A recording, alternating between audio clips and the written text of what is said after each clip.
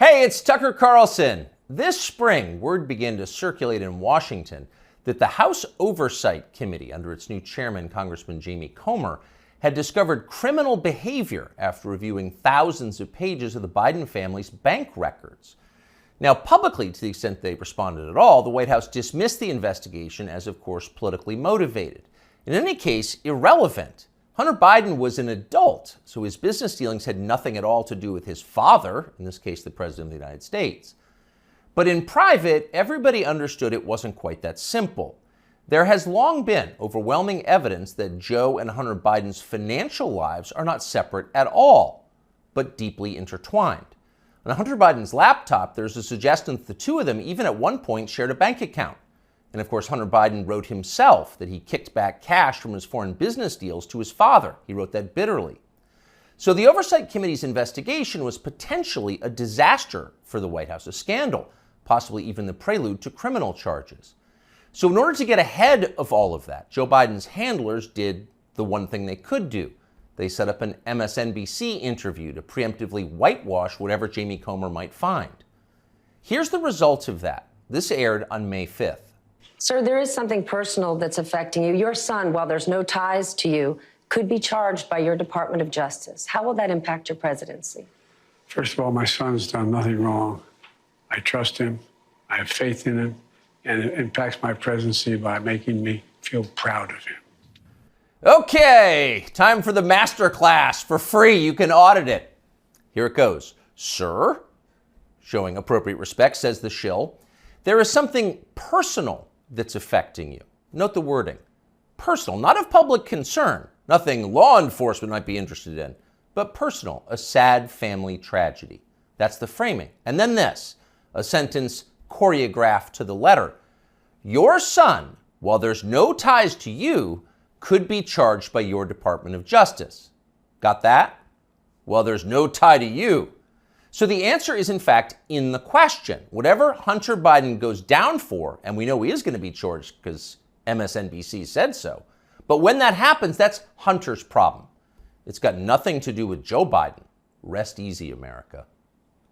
5 days later, the Oversight Committee released its findings, and they were, in fact, devastating. Quote, bank records show the Biden family, their business associates, and their companies, their many companies, received over $10 million from foreign nationals and their related companies, the committee wrote.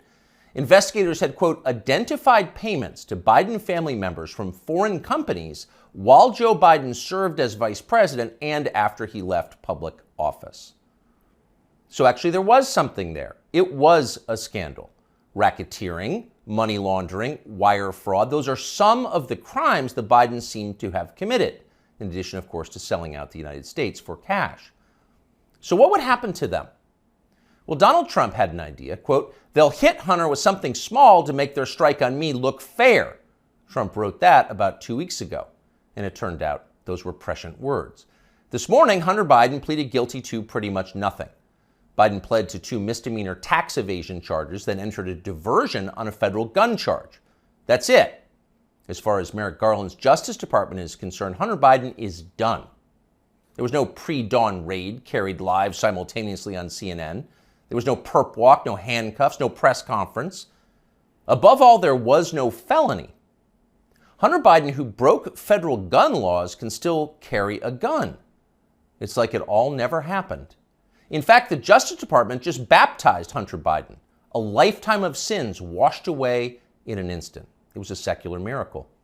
Most miraculous of all, Hunter Biden somehow escaped a FARA charge. FARA is the Foreign Agent Registration Act, and it is exactly what its name suggests. Under federal law, if you are acting as an agent of a foreign nation in Washington, you are required to register with our government to let everybody know.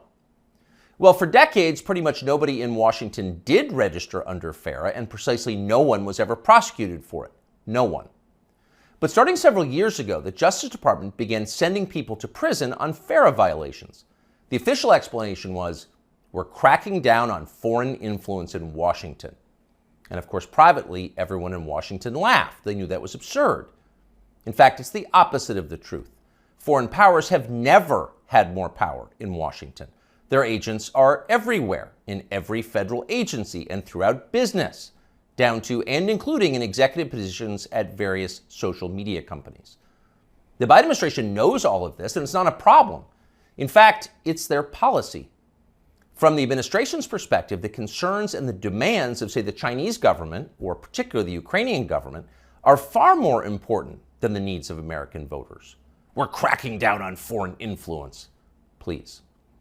The point, the only point of enforcing FARA, after decades of ignoring it, is to harass and imprison high-profile political opponents. Trump donor Elliot Broidy pled to a FARA violation a few years ago. So did Trump campaign manager, famously Paul Manafort. He went to prison. Last year, the DOJ went after Trump confidant Steve Wynn under FARA. But in the end, the Biden administration overreached so comically that the whole thing was thrown out by a judge. But they tried. So as long as they're trying, if it was a fair system, Hunter Biden would be first on the list of those next to be charged with a FARA violation. In fact, many of them. Hunter Biden was a foreign agent. He never registered as one. But for years, that's exactly what he was. He sold access to his father and other lawmakers to the Chinese and the Ukrainians and countries throughout the world. There's no debate about that. The FBI has known about it for years. For years, they've had possession of Hunter Biden's laptop. But they didn't charge him for it today. They never will. Why? Well, you know the answer. Hunter Biden has good genes. A more interesting question, though, which is another question the feds will never consider, is what does Hunter Biden do for a living now? This is a man with no obvious job and, of course, zero skills. He spent midlife smoking crack. Yet somehow he's managed to live pretty well despite rising inflation. He's been living in big houses in the costliest residential neighborhoods in the world. He's been paying his stripper baby mama $20,000 a month in child support. And he has retained a team of the most expensive lawyers in the country who spend quite a bit of time sending threatening letters to anyone who asks questions about how they're being paid. We can confirm that firsthand. So again, what does Hunter Biden do for work? That's a fair question, and tonight we have the answer. For years, Hunter Biden was an influence peddler. Now, Hunter Biden is a self-actualizer. He self-actualizes for a living. He gets in touch with himself, his feelings, and he follows his muse. Here he is explaining his new vocation in a 2019 ABC News interview. This is new. Yeah. Studio. Yeah. But now he's opening the doors to a place never captured by a paparazzi's lens, his refuge, an art studio where he finds solace in painting. What's the goal eventually?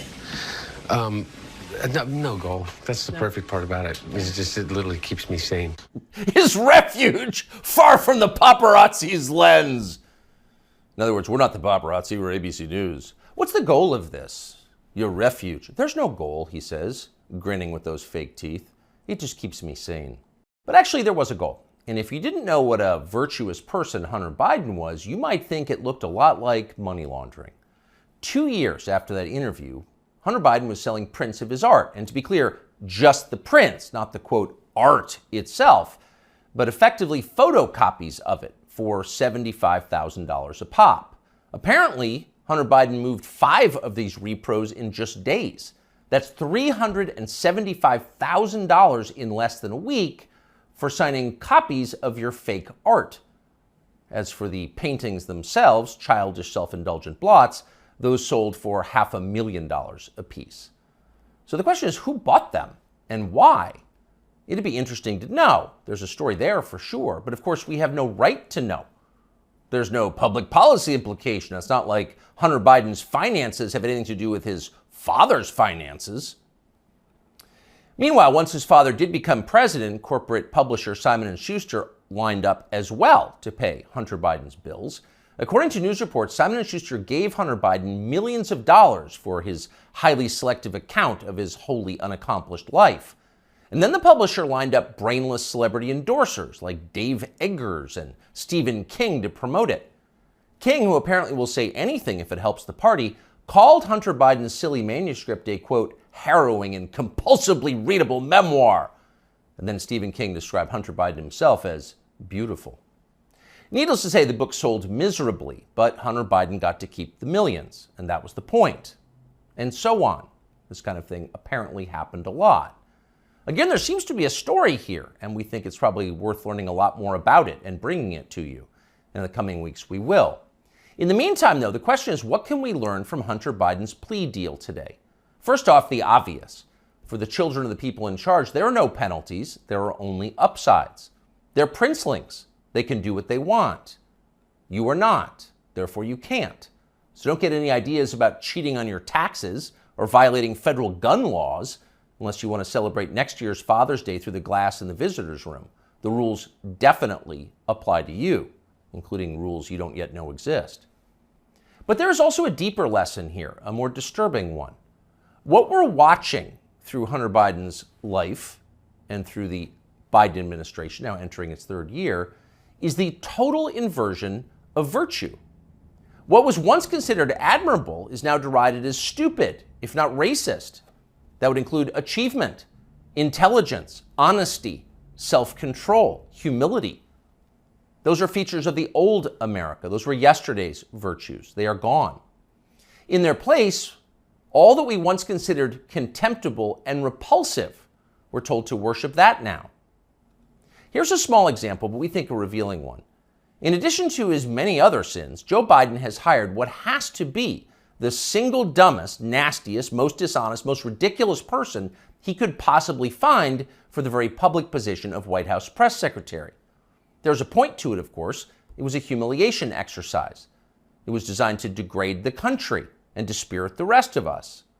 That's the White House press secretary? Shut up! But here's the thing. The White House press secretary herself has no idea why she's in the job. She thinks she's amazing. Here she is in a clip we just saw. A year in this role, there's been a couple of things that has made me incredibly proud. Many things that made me incredibly proud to be at that podium during this historic moment. Again, this is a historic administration. I'm a historic figure, and I certainly walk in history every day. I'm a historic figure? Imagine saying that. I'm a historic figure, but she does. And she says it in a burst of sincere self-congratulation, marked by her signature bad grammar. Illiterate, but proud. Of course she's proud. Karine Jean-Pierre is now a historic figure, just like Hunter Biden is now an important artist. It makes you feel stupid for going to work. Younger people say the news is full of lies. Kennedy's motorcade. 239 people. Death of Jeffrey Epstein.